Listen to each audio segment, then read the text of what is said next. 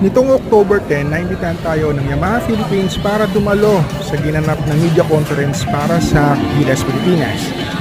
Naganda ang Yamaha Philippines ng programa para ipagdiwang ang pagkapanalo ng Gilas Pilipinas sa nakaraang Asian Games. Di man naging maganda ang resulta sa FIBA Games, nakabawi naman tayo after a week at nanalo ng gold medal sa nakaraang Asian Games. Ipinakita dito ang toughness ng Team Gilas Pilipinas. Ito ang ilan sa mga highlights ng nakaraang pagtitipon.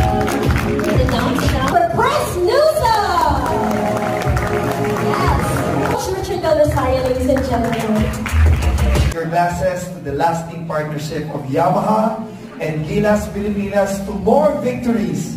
And no matter what the challenge, always play your top. Cheers, everybody! Cheers! Maraming salamat Yamaha Philippines. Only Yamaha revs your heart.